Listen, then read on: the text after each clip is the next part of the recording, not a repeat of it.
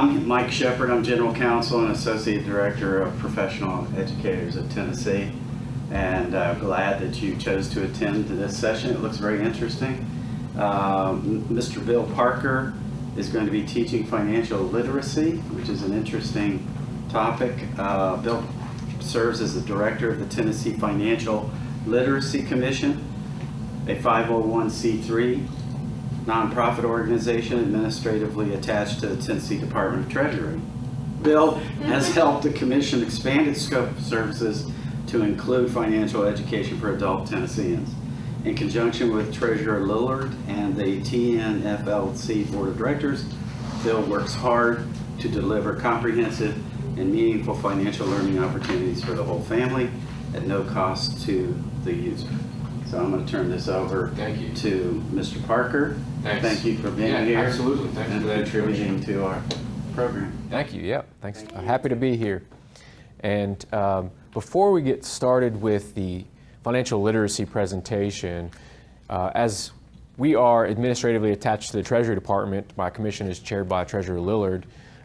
We also are over, I say we, the Treasury Department is also over the state's retirement system. And for that reason, my boss and senior director from the Tennessee Treasury Department is here to share some information about the Treasury itself. Well, thank you guys for coming to our session. I know we got a light crowd, but I promise you Bill's got some great information to share. As he mentioned, we're in the Tennessee Treasury Department. So for those of you who are not familiar with us, the biggest thing that we do in the Department of Treasury is manage the state retirement system. So the Defined Benefit Plan, TCRS, Tennessee Consolidated Retirement System, as well as the 401k plan are all administered through the Treasury Department. So over $50 billion in combined assets through our various programs, including TCRS, and then we have over 280 employees with over 75 with professional designations. So chartered financial analysts, certified public accountants. We have a lot of smart people in our department who make sure that your money for retirement is being managed wisely. Go to the next slide, Bill.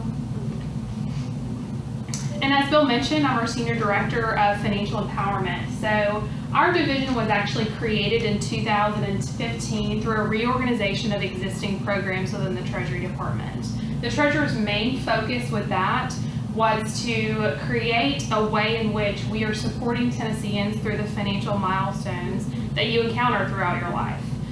One of those important financial milestones is retirement. Another one is sending a kid to college. And then, at the very early stages, it's just getting that basic financial concepts so that you can be successful in your financial future. Under financial empowerment, we have 4 key programs that we'd like to share about. Retire Ready Tennessee is what we brand our Tennessee Consolidated Retirement System, as well as the 401k plan under. Tennessee College Savings 529 program is a college savings plan administered out of the Treasury Department that any Tennessean can participate in to save for future college costs. Able Tennessee, very similar to the college savings plan, but designed for an audience of individuals with disabilities to save for special needs related to their disability. And then lastly, the Tennessee Financial Literacy Commission, which Bill oversees. We've left some information on the table for you guys before we get started, talking a little bit about our educational efforts for retirement. Whether you're early career, mid-career, or nearing retirement, it's really important to start planning for retirement, understanding what your financial picture looks like, what action you can take now to make sure that when you get to retirement, you're really happy with that monthly benefit. So we have over 16 representatives across the state for our retirement system that sit down and meet with individuals on a regular basis. You can call our 800 number to schedule an appointment, and we can set up an appointment for you to talk directly with a registered investment advisor.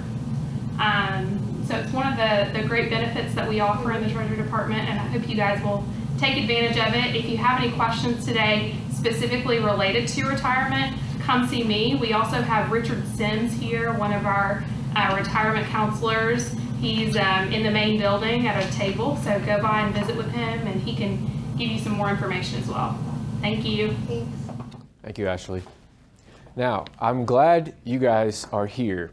And for showing up today, by the way, this is going to be an experiential learning process for you all and for us as we ask for information and dialogue from you. But just for showing up, you guys got paid. What did we decide their paycheck was today? $60. $60. And through this process, there's opportunities for you guys to get bonuses. And if you act out, we may fine you as well. So just so you know, you guys are participating in this experience. I'm going to share with you some of our other program offerings that we have available, including the one that we're going to be learning today. But just think about how this may be applied in your world, right? Whether it's something that you can use in your everyday profession, or if it's something that you can take back to your district and share with a different group of people who may see the benefit in using these programs, right? So I am the director of the Tennessee Financial Literacy Commission. We were founded in 2010 through the Financial Literacy Program Act by an act of the state legislature. And the purpose was to promote and improve financial literacy across the state. And around that same time, Tennessee was one of the few states that had the great distinction of requiring that personal finance class in high school. So every student that completes high school has to have passed the personal finance class or some equivalent, which is fantastic, right? This is important life skills that they need to take with them for the rest of their lives, and everybody needs to know this information. But in that same vein, if that's the first time they're getting any formal financial education, chances are they've already learned some information regarding money management. Whether it's right or wrong, they've been watching other people act, right? And so the way we got started is in 2012, we started training teachers across the state to implement financial literacy in their existing curriculum, right, in their existing lesson plans using the Financial Fitness for Life curriculum. And since then, we've trained over 4,000 teachers. We also, in responding to some feedback from teachers, they don't always have time to add this extra curriculum into their lesson plans, right? And so we've expanded our services to offer an online web-based interactive program called Vault. And that's particularly for students in grade 4 through 6, but it's perfect for the end of the year or any of those times where maybe there's a substitute and you don't want to lose productivity, and you also want to be able to track the students' progress to make sure that they are still learning and being productive.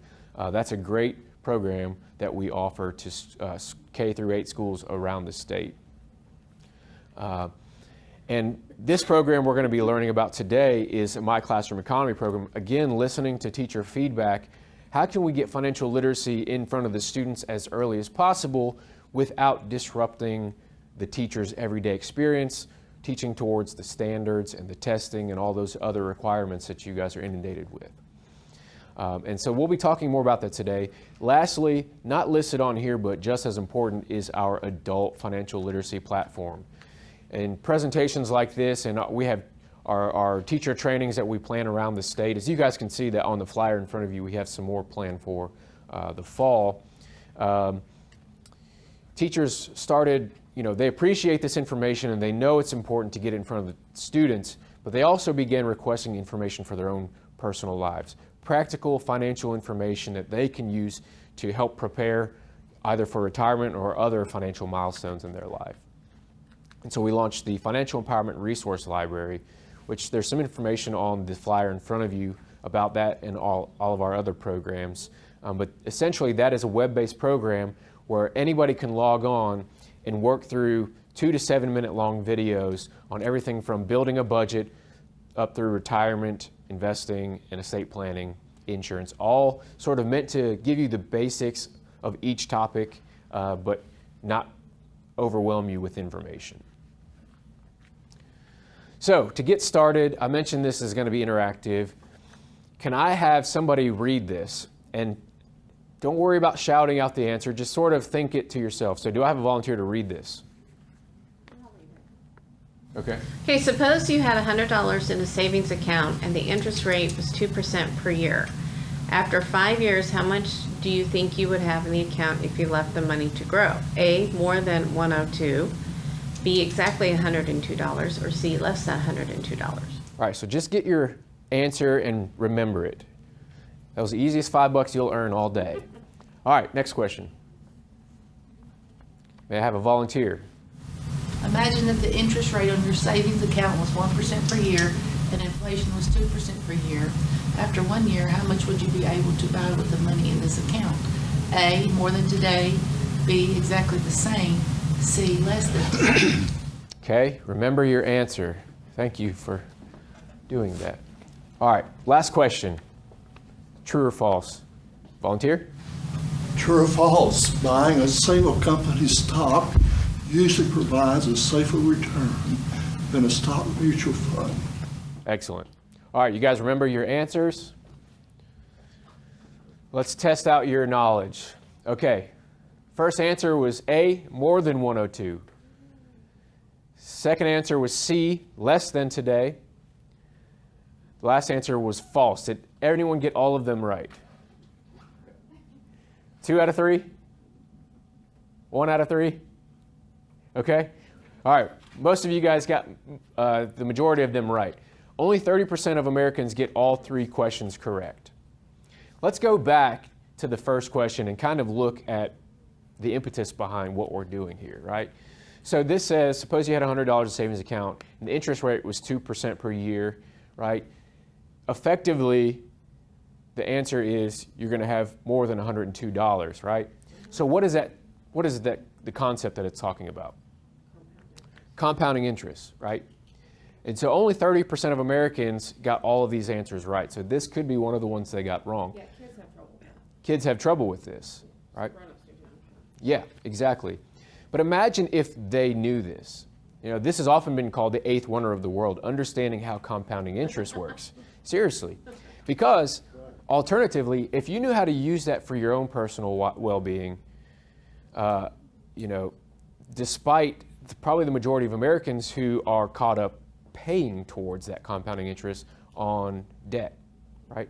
So just knowing how that compounding interest can work for you and against you could really help a lot of people, particularly in Tennessee.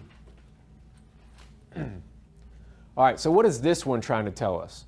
It's talking about savings and inflation. What is this referring to? Is how much things, well, how much your average everyday things cost. I missed your answer before, Oh. so yeah.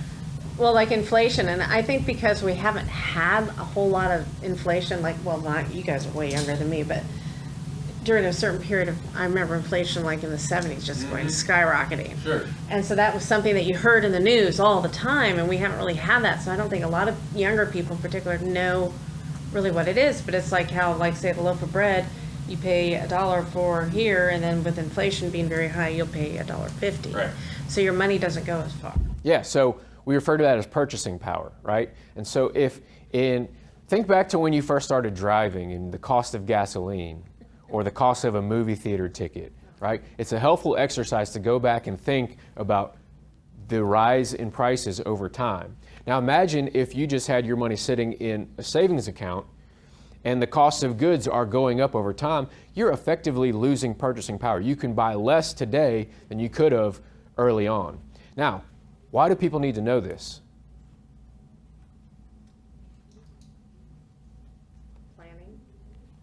Planning. Yeah. Okay. Like, well, we talked about retirement. Budgeting. Yeah. Yep. Okay. Right.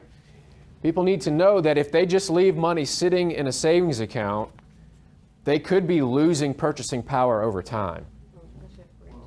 And costs are going to go up. Yes, sir. Example, the kid worked, he was a student in public school, had a savings, a passbook savings account. He goes off to college, goes in the military, forgets about the passbook savings account. Years later, he finds the passbook, and then he calls the bank and wants to know how much, you know, it's increased over the years. And the response from the bank is, it became an inactive account, and therefore you were charged a fee until it became zero. Right. Yeah. Yep. Yeah, so there's a lot more sometimes to money management than just what appears on the surface, right? That's a great example. Thank you. All right. Last question. True or false? Buying a single company stock usually provides a safer return than a stock mutual fund. What is this telling us? It's, oh God, what's the phrase? You want to spread, you want to. False. Yeah. The answer is false. But what's it telling us? Diversify your. Yes. You guys all sort of helped shape this answer together. That's right. There might be two there. Oh, there is. Your lucky day. All right, everybody gets a bonus for chiming in on that one. So yeah, diversification. If you put all your eggs in one basket and somebody kicks the basket, you lose everything, right? But then there were the years that an individual had funds invested in Tennessee municipal bonds, which were bringing him an annual return. Those bonds paid off early. That money was sitting there, and the individual was convinced he should put it in a mutual fund because a mutual fund was a diverse portfolio of accounts, and some would go up, some would go down, some would remain constant, but overall, he would increase his earnings. But during a period of time, he went from 250,000 down to 3,000. Yeah. Can happen. Lost 147 or 247. Yeah, that's unfortunate. So this is talking about the risk versus reward. So there's always the risk that it could go down, right? But historically, depending on what mutual fund is invested in, if it's in the top 500 companies, it's going to go up and down like this, but it's going to go in an upward fashion over time. So if you withdraw all your money right before... But the individual didn't know what they had invested. Right. So he lost. Yep, so just being generally aware of how all of these things work, imagine the impact that this could have on somebody over time, right? Yeah. Thank you all. Right, so at this point in time, you know, so let me just ask you this. How do people learn the answers to those three questions, those important life skills that only 30% of Americans get them all right? How do people learn that information? I actually surprised. I have a business degree, so I obviously learned a lot of it in school. But what the real life application for me was when my father passed away, and then I had to take his investments that I inherited, and I didn't even understand half of what it, because there's the government's got weird rules too about inherited, non-qualified, qualified, and this, that, and the other, and I got a really good financial advisor who actually sat down and goes, this is because it was like Greek to me, even with a business degree. And a lot of it has to do with the legal side of it, like what is taxed, what is not taxed, and so sometimes when you're put into a situation, you have to find someone to help you and teach you, like, or when you buy your first house or something like that. So life stages or incidents happen that make you need to learn these things. How are other people learning this information? Let's talk about students. How do the students learn this information? Through their home, right? And research actually says that the number one place that students learn this information is by watching their parents, observing their parents' behavior. Now, the jury's out as to whether that's a good or a bad thing, but the research says that's the number one way that they learn. Where else are they learning this information? When they start paying off their student loans. When they start paying off their student loans, yeah. Actually, I think a lot of times with my 8th graders, we had this conversation, and this is one reason I'm prompted to take this class, is they didn't realize that when you got a job, because they're 14, almost ready to go get a job, that you have taxes taken out. Right. And that made their heads explode. They're like, what do you mean I'm not going to get $10 an hour? I said, well, you're going to be paid $10 an hour, but what you get in your paycheck isn't. And they were just shocked, shocked by that. So I think a lot of times when you get your first paycheck, you have that rude awakening that, wow. And that's kind of what we're hoping to do, is help them teach help them learn the basics of this information so that when they're in a position to earn a paycheck and spend money, that they have a firm grasp on what they're doing and what to expect, right? So the research says that also they learn by observing their peers and associating with their peers, right? Could be the element of keeping up with the Joneses or something like that. And lastly, through the media, right? We hope that they're all maybe listening to Dave Ramsey or me talk or somebody like that. But chances are they're watching corporate commercials trying to sell them stuff on TV, right? And so those are the main ways that students are learning. So we want to find opportunities to get this information formally in front of the students so that they are building this foundation of understanding so that when they get to that high school class, they are ready to hit the ground running, right? But as of right now, only 17 states require a personal finance class. And that's only in high school, right? Which we have already established that it's great, but it could be a little bit late. It's one of those instances where obviously some information is better than none, but what can we do to help them along the way, right? In America, 44% of individuals could not come up with a $400 in savings. Now, just to put that in perspective, that's basically one,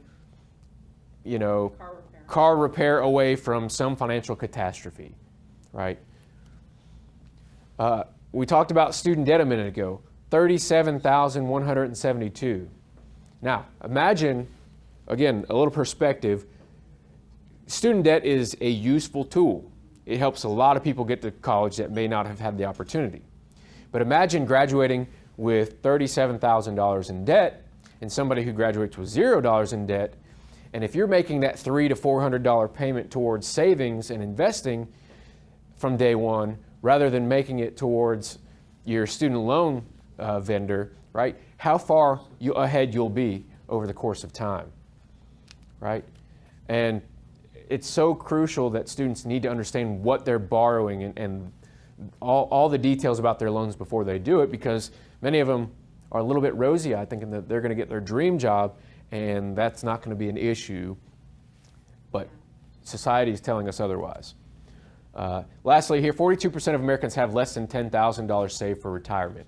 You see a lot of what we're trying to accomplish here, particularly through the Treasurer creating the Division of Financial Empowerment, is to help Tennesseans understand that they need to know this information, right? And we want to help them figure this out from an unbiased, credible resource, right? Which is why I failed to mention earlier when I was talking about the Financial Literacy Commission, all of this stuff is free, right? We provide all of these programs, resources, materials, and trainings, including lunch on most instances, at no cost to the teacher or the schools or the school districts. We genuinely want this information in the hands of students so that these numbers change over time for Tennessee. This is a video that we had created to kind of show why we're here and what we do. How's it going? Good, good, good. I'm doing pretty good. I'm just going to give you a little pop quiz. There it is. What is a loan? What is a credit card? Do you have to pay a loan or a credit card back? My mom says if someone loans something to you, you have to loan them something back. I don't exactly know what a loan is, but I think it's where you owe someone money.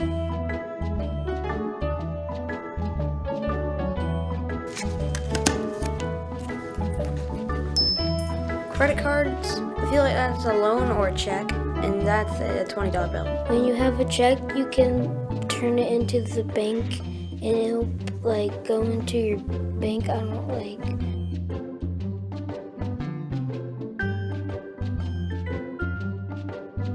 Where do you think money comes from? It comes from the president. I don't know where money comes from.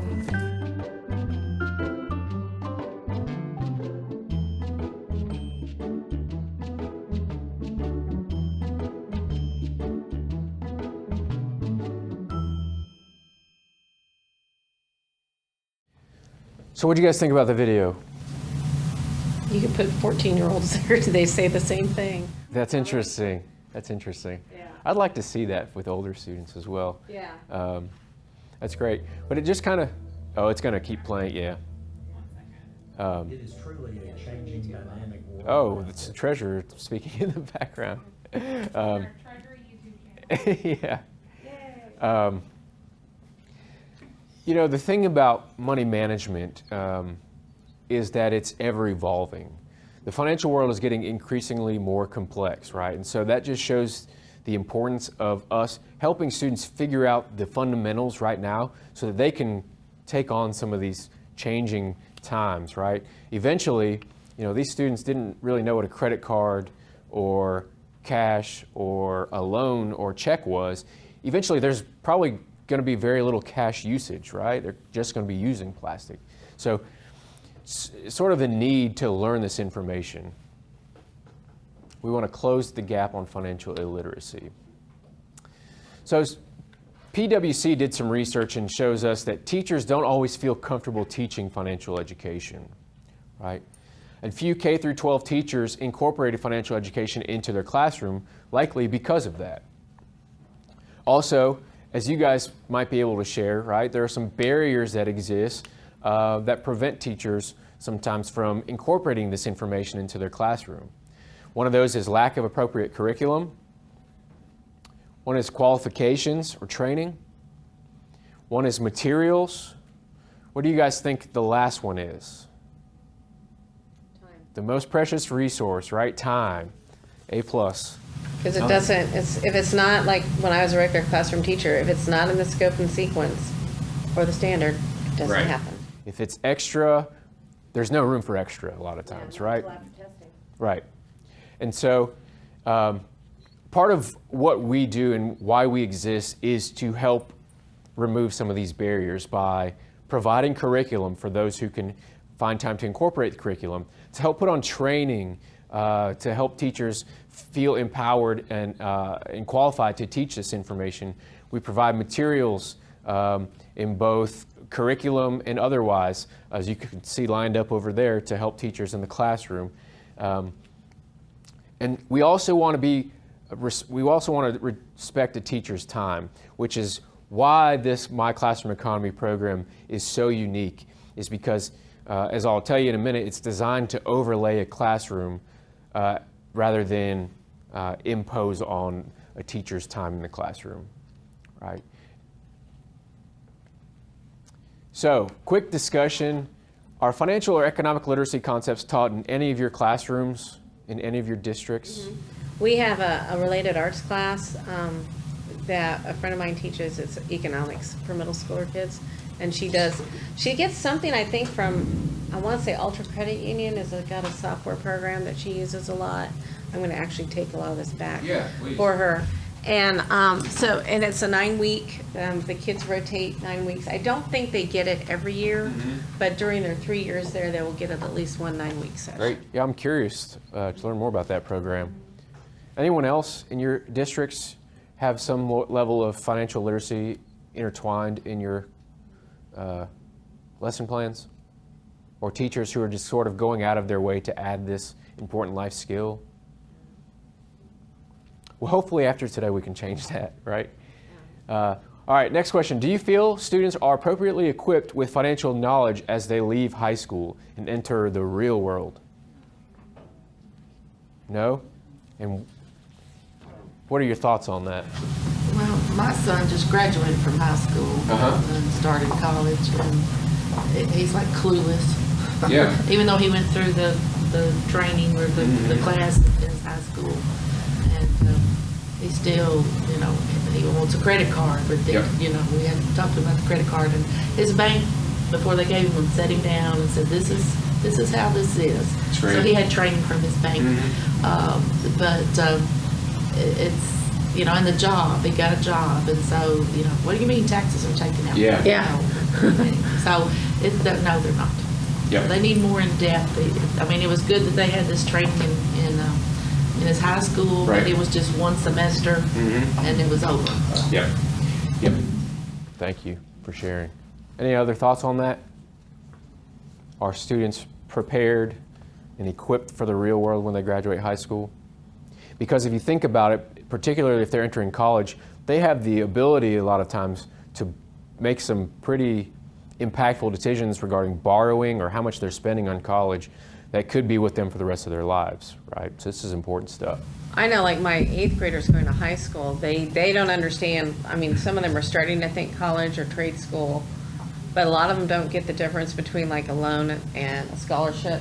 Right. You know, when you pay back, when you don't. Grants, they're not even. So I'm not sure where they teach this in high school, but if they teach it like freshman, sophomore, they probably need to revisit it again once they're old enough to get a job, because your whole world shifts. Yep. Your perspective shifts when you get that paycheck. Right. And then as they start looking into going into, college or somewhere, in terms of just the money to be able to do that. I mean, they were saying even like trade schools are not cheap. Yep. Right. Thank you. Last question here. What type of behavioral management tools are you currently using or is being used in your districts? Like an economy tool? Could be an economy tool, or it could be, for example, Classroom Dojo is one that's out there that's popular.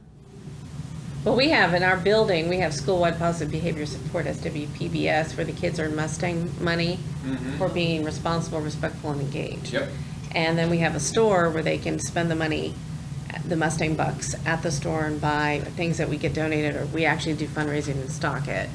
So we've used that, and that works with about 80% of our kids, are basically good kids. Sure. And then, but that's something that we started, I want to say 6-7 years ago. Okay. And we worked with Vanderbilt in establishing the whole program where we track and monitor, but it's like a classroom economy thing. And the teachers usually have, like, the kids can buy pencils, Jolly Ranchers, stuff. You're going to see a lot of similarities between this program and the PBIS. Do you guys use that as well? Cougar Cash. So I think you guys are going to see some similarities, but also some advantages of this program in terms of financial responsibility, as well as learning some of those important underlying concepts, right? Yes, I forgot, I said this was an experiential opportunity, but I was supposed to collect insurance for those of you who wanted to buy insurance up front, right? Because you never know what could happen in a setting like this. So, insurance is going to cost you $10. There could be a catastrophe. We're not sure how much it's going to cost you if it does happen, but who wants to purchase insurance? It's going to cost $10. There we go. Okay, you like insurance? All right. So everybody's purchasing insurance. I think I sufficiently scared everyone. Yeah, right? Okay, all right. So We're 20, maybe not. good deal. All right, so why is experiential education impactful? Right? It says 89% of teachers strongly agree students should take a financial literacy course or pass a test before graduation, and 20% of teachers feel qualified to teach about personal finance. Programs that are experiential rather than lesson-based can lower the barrier for teaching finance and create environments where all teachers and students thrive. This program is not going to put a lot of demand on the teacher to really figure out, you don't have to be a financial professional in order to operate this program. You're just facilitating learning in the students, right? Oh, good thing you guys paid for insurance. Vandals broke into the classroom late last night and wrote all over your desks. So let's see what the damage is on this. So here's our simulator. Let's see, property simulator. All right, let's hit it, generate. All right, good thing. It would have cost you, I would have said $10 probably instead of $100. May have bankrupted you guys in here. Yeah, so, all right, so you guys all bought insurance, so you're safe. But if you hadn't have bought insurance, there would have been a penalty there for you guys to pay to fix your desks. This goes to show how this program adds these little nuance and it kind of builds upon itself. For example, that could be a middle school concept that you could be learning about insurance, whereas elementary school, you may kind of leave that out and stick with the basics. So, we've kind of been talking about it in generalities. Now let's get into the actual program. Essentially, it's a kid-sized program that is powered by the need to pay bills, right? In a nutshell, students are earning and spending their money. For example, every student will have a job. I'm just going to pass these out. You said here. So these are guides for certain grade levels. Which grade did you say you taught? K through 4. I'll give you a couple of these. And this is going to kind of walk you through the program itself.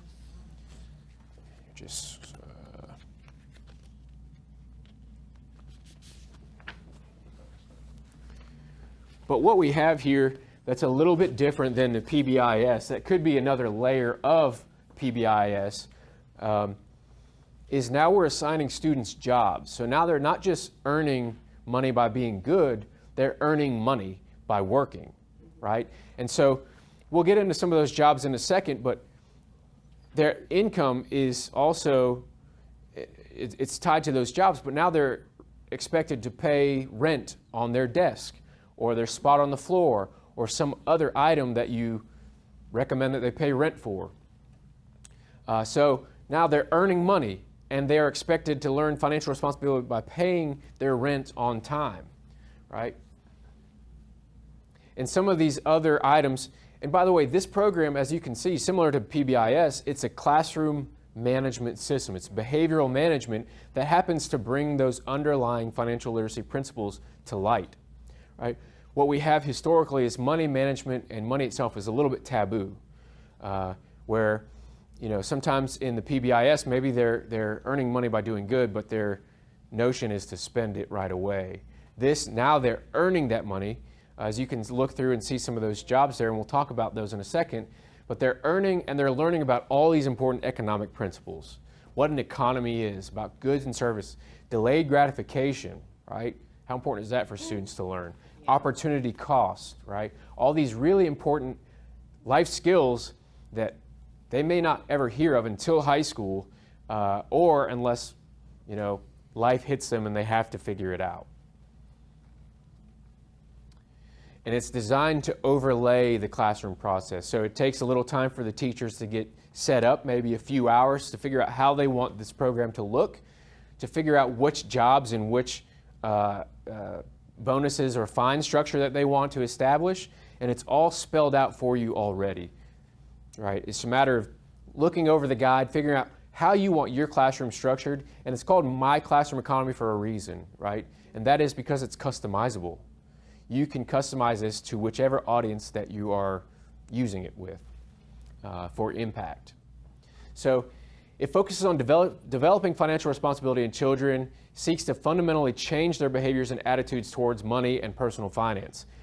And again, a lot of those systems that you guys mentioned before have these things kind of underlying under the surface. This brings them to light, to the point where you can have students apply for jobs, identify which skills qualify them to do this certain job, and apply for that job, right? It's a great way to engage the families and the parents and communities for fundraising for giveaways. It's tailored to the learning ability of the students. As they grow, so does the content of the program. I have guides for K1 where you may not want to be finding these students. Otherwise, you may have a crying mess of students, right, by taking money away.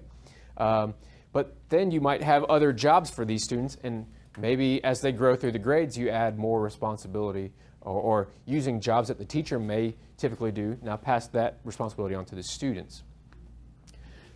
The overall objective is to instill basic habits related to financial responsibility and teach the value of delayed gratification. What we have here is, I think we can go to the next slide. We have this experiential learning process, right? You mentioned that your son took a personal finance class. That is mostly knowledge-based, right? We know human behavior. There's oftentimes a gap between knowledge and behavior, right? What we're trying to do through experience, through a monitored classroom environment customized to the students, is to provide these experiential learning opportunities that they understand financial responsibility. If I'm not doing my job right, I may not get paid full amount this month. Or if I'm not acting properly, I may get fined, right? And if I want to buy the most expensive fidget spinner that the teacher has, I need to save up my money and really act nicely over time. But it creates these habits of delayed gratification that, guess what? As you grow up, you are instilling these habits at a young age. So that's already there, right?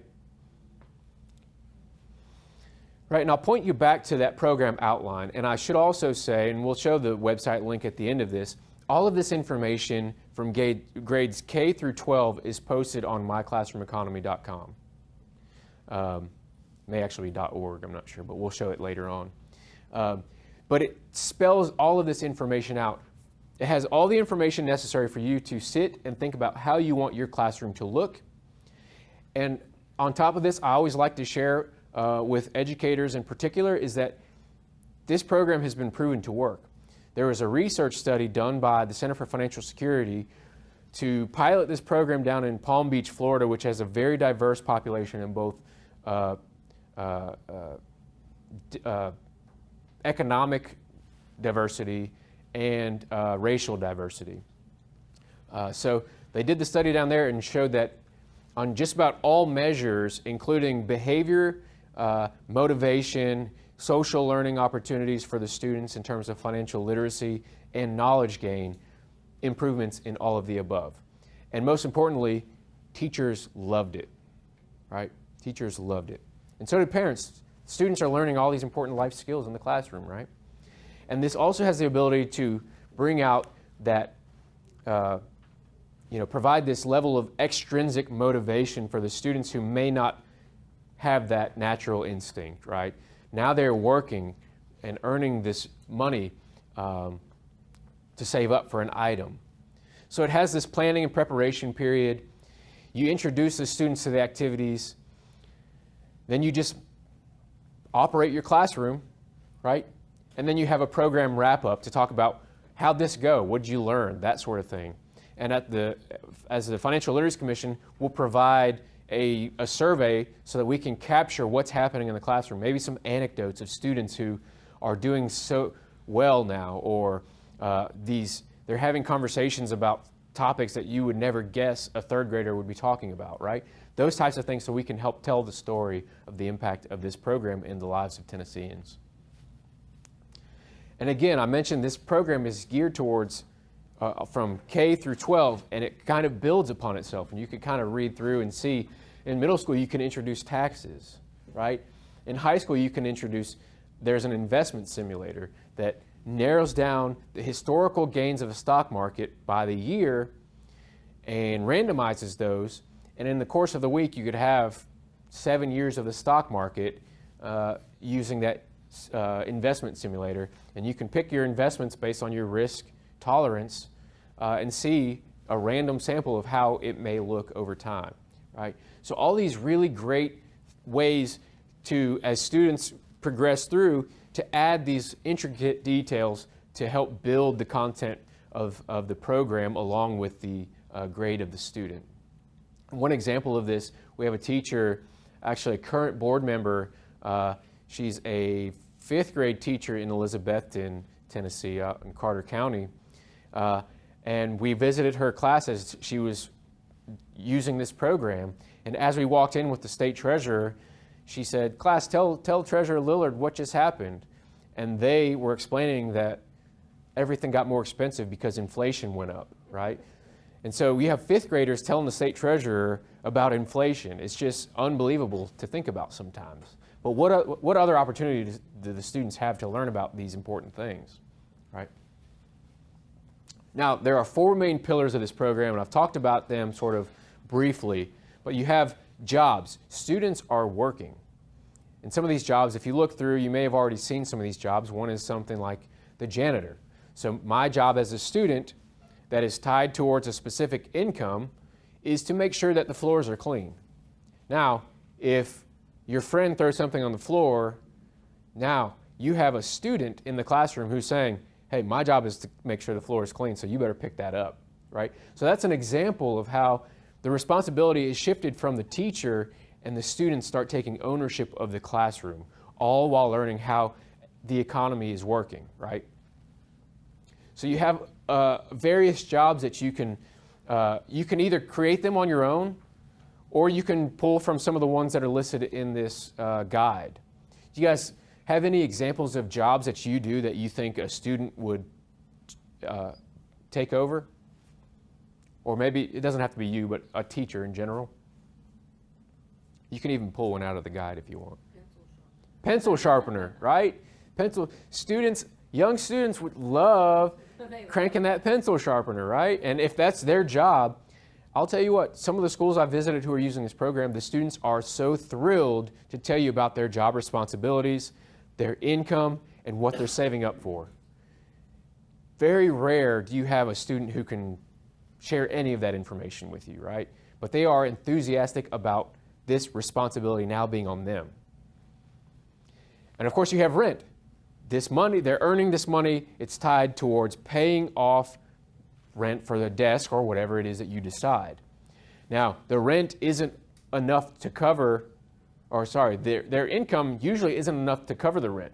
So what that means is students also have to rely on getting bonus money, right? As I've been sort of trying to remember to be liberal about passing out bonuses to you all for participation, so that when I ask you for your rent money, if I ask you for your rent money, you're prepared to pay that, and you have a little left for the end of the month or 9-week auction to buy some goods.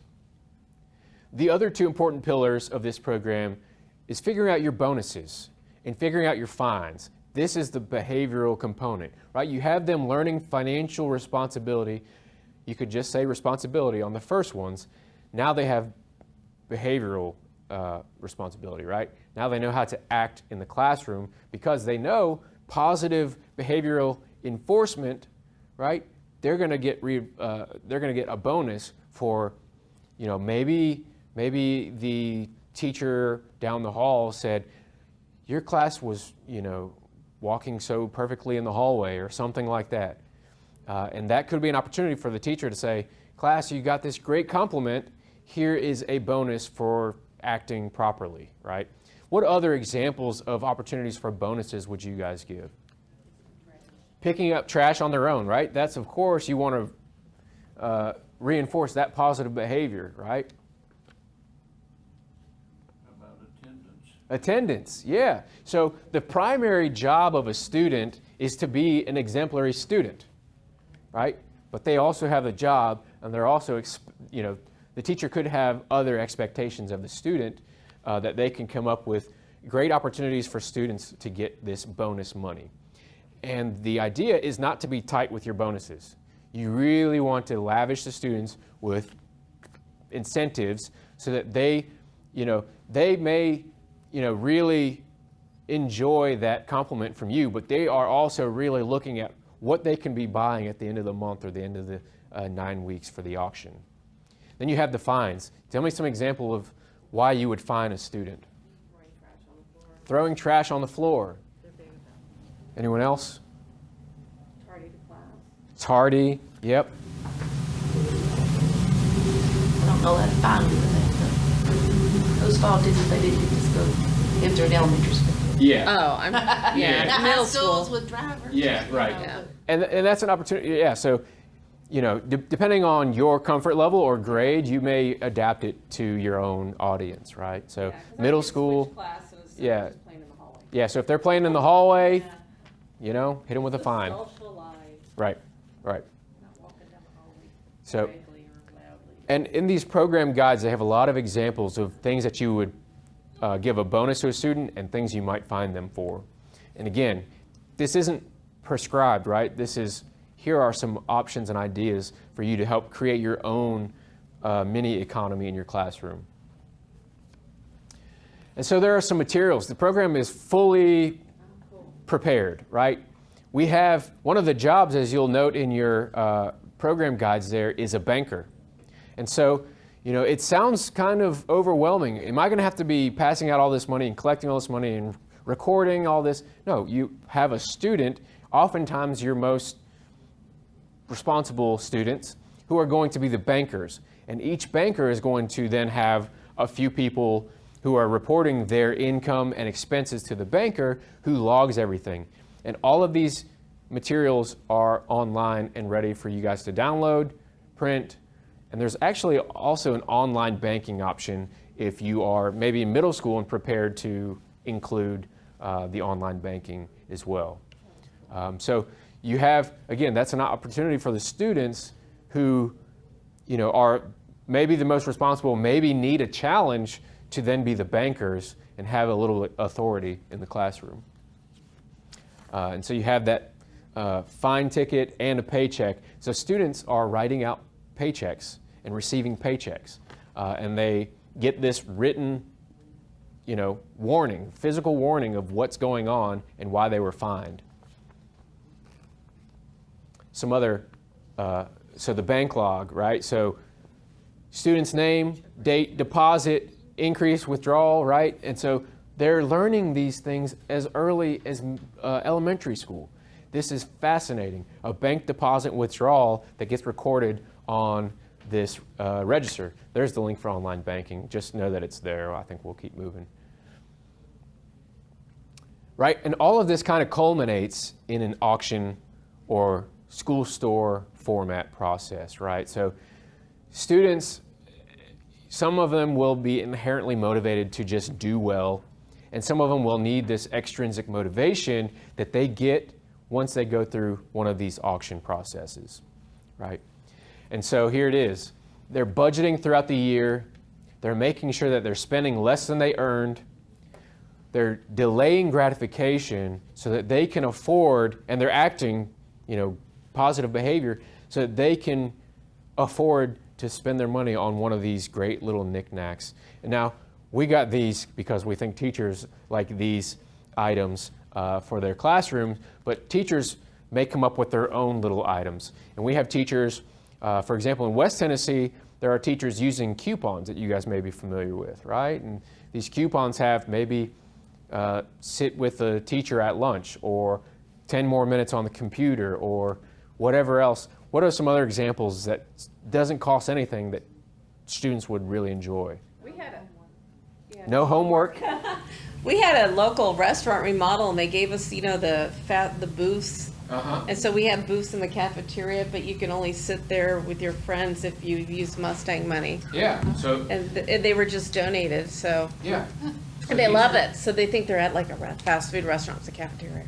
Right, and so, you know, some of the teachers, it's interesting. There are teachers, this program is out there. It's sitting on the website. Teachers have found it online or through word of mouth, and they're using it because of this behavioral component, because they're seeing distinct changes in their students. And what we're trying to do is formalize some of that training process to help encourage. So we know there are programs out there that have elements of this program. What we're saying is, hey, we'll help formalize some of this process, we'll help put on trainings, and we'll also help provide some of these items and help you come up with items that aren't going to be costly to you, right? We know that you guys love the behavioral component, and the students are going to thank you forever for the life skills that they're learning with this money management, economic principles that they're developing early on. And so again, some of these advanced modules that exist, the higher you get, the investment simulator, insurance we showed you, emergency funds we talk about, inflation, taxes, real estate. I haven't talked about that, but you can customize your classroom to the point where if the student can save up and pay 3 months worth of rent, they now own that desk. Or if they save up 3 months of rent, they can own their friend's desk, and their friend then pays them rent, right? Can you imagine middle school? I mean, Oh, I love yeah, so it just shows how this program is so customizable to where if you have a class that can be motivated just for that component, you're going to see a distinct behavior change, right? So we showed you the insurance simulator. There's also the car insurance one that's available on there to show us how much damage may or may not be done to a vehicle. We're at the tail end of this presentation here, but I want to take a minute to really emphasize the potential impact of a program like this, right? It's so fantastic, again, that Tennessee offers that personal finance class in high school, But if we can help students generate these habits and attitudes around money that they can potentially be talking with their families about, we are changing the culture of Tennessee, the financial culture of Tennesseans, right?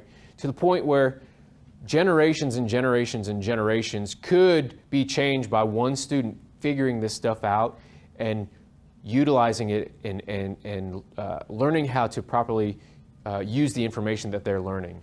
In addition to the attitudes that are being shaped early on, and the habits that they're developing as they enter that high school course, they're now learning about compounding interest, right? And how it can be both used for your own well-being, but also how some corporations exist because people spend more than they can afford, and they get used to that, paying that interest, right? That just becomes how much of a minimum payment can I afford versus how much can I be making on my investments long term, right?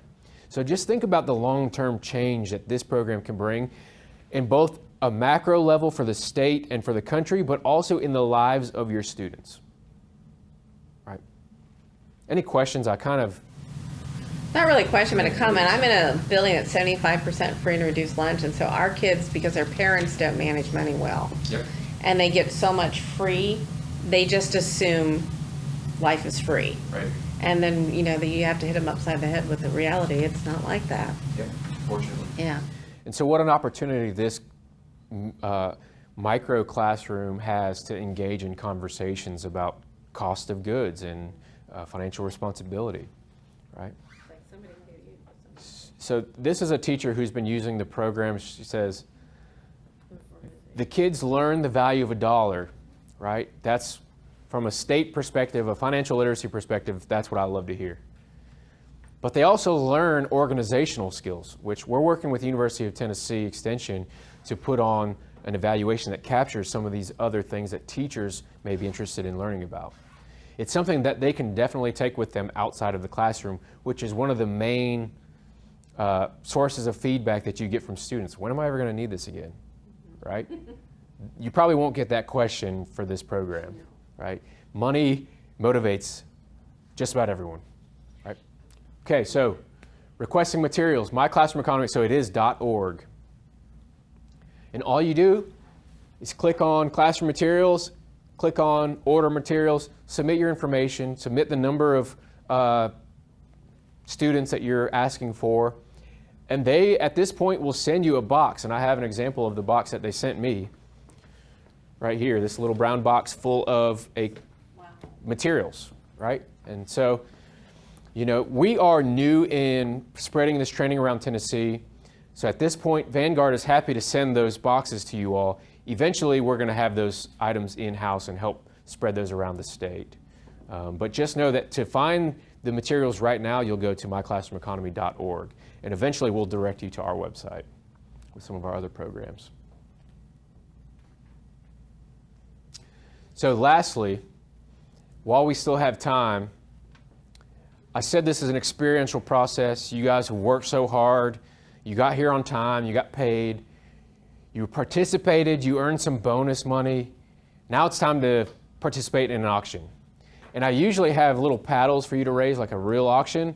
But in this instance, we'll just have you raise your hand, right? And so, Ashley, do you want to manage the auction process? Okay.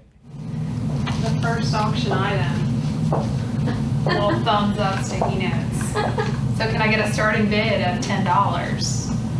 Anyone? Okay. $10. Anyone want to? Oh, sorry. Raise your Yeah, bid? sorry. It's an auction process, so somebody could outbid you. We want to go above $10. Okay, sold for $10. Excellent. Thumbs up.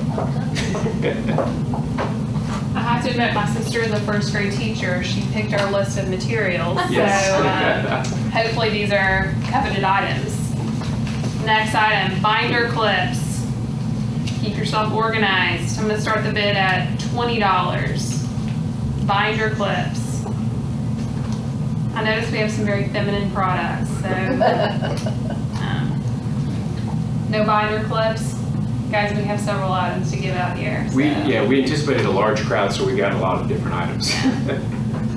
Take the bid down to $10. I'll do it. $10? Anyone want to outbidder? Not a lot of competitiveness here. Start the bidding low. Different. Yeah. It's different in your classroom. Yeah. If you have a Jolly Rancher, it's definitely different. We have no food items. Yeah, we have a few items. Yeah, middle schoolers are like motivated by food really easily. But we do have expo markers. Everyone needs these. And if you don't need them, you can give them away to a friend. $10. Anyone? Expo markers. You should really see the difference between you all and a classroom full of teachers. You guys who are- aren't as excited. Yeah, you need these. There you go. Okay.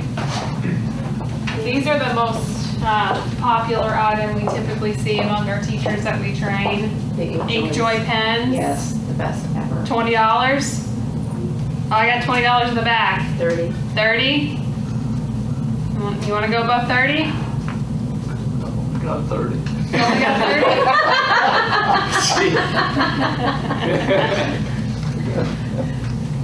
All right. Yay! You winner. I buy these just to have, because I have like 3 open packs at home. All right. Well, I think that demonstrates our auction process. If you did not get an auction item, feel free to claim one of these. Pass it along if you choose. Well, thank you all so much for joining us today. We certainly hope that you'll consider finding a way to get this program in front of your students, right? Again, think about that macro impact on the state and that micro impact on your student and future generations, right? Because that student may eventually be a parent one day, and we know that students observe their parents' behavior. Number one is what research is showing us, right? So thank you all. Our contact information is up on the board. Feel free to reach out to us for any reason. Thank you all. Also